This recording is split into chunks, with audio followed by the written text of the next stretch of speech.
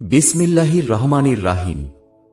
Musaddad রহমতুল্লাহ আবু হুরায়রা রাদিয়াল্লাহু আনহু থেকে বর্ণিত, তিনি বলেন, একদিন রাসূলুল্লাহ সাল্লাল্লাহু আলাইহি ওয়াসাল্লাম জনসমক্ষে বসা ছিলেন। এমন সময় তার কাছে এক ব্যক্তি এসে জিজ্ঞাসা করলেন, ঈমান কি? তিনি বললেন, ঈমান হল আপনি বিশ্বাস রাখবেন আল্লাহর প্রতি, তাঁর ফেরেশতাগণের প্রতি, কিয়ামতের দিন তাঁর সঙ্গে সাক্ষাতের প্রতি এবং তাঁর রাসূলগণের প্রতি। আপনি আরও বিশ্বাস রাখবেন পুনরুত্থানের প্রতি। তিনি জিজ্ঞাসা করলেন, ইসলাম কি? তিনি বললেন, ইসলাম হল আপনি আল্লাহর ইবাদত করবেন এবং তাঁর সঙ্গে শরীক করবেন না, সালাত কায়েম করবেন, ফরজ জাকাত আদায় করবেন এবং রমজানের শাওম পালন করবেন।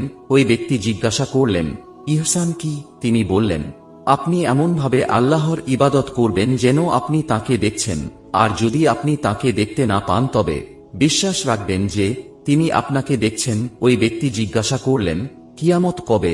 তিনি বললেন, এ ব্যাপারে যাকে জিজ্ঞাসা করা হচ্ছে তিনি জিজ্ঞাসাকারী অপেক্ষা বেশি জানেন না। তবে আমি আপনাকে কিয়ামতের আলামত সমূহ বলে দিচ্ছি।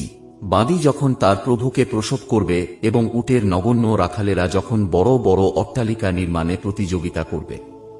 কিয়ামতের বিষয় সেই 5টি জিনিসের অন্তর্ভুক্ত যা আল্লাহ ছাড়া কেউ জানে না।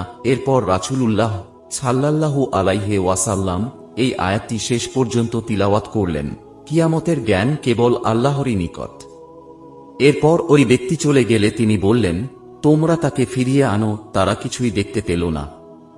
তখন তিনি বললেন, ইনি জিব্রাইল আলাইহিস সালাম, লোকদের দিন শেখাতে এসেছিলেন।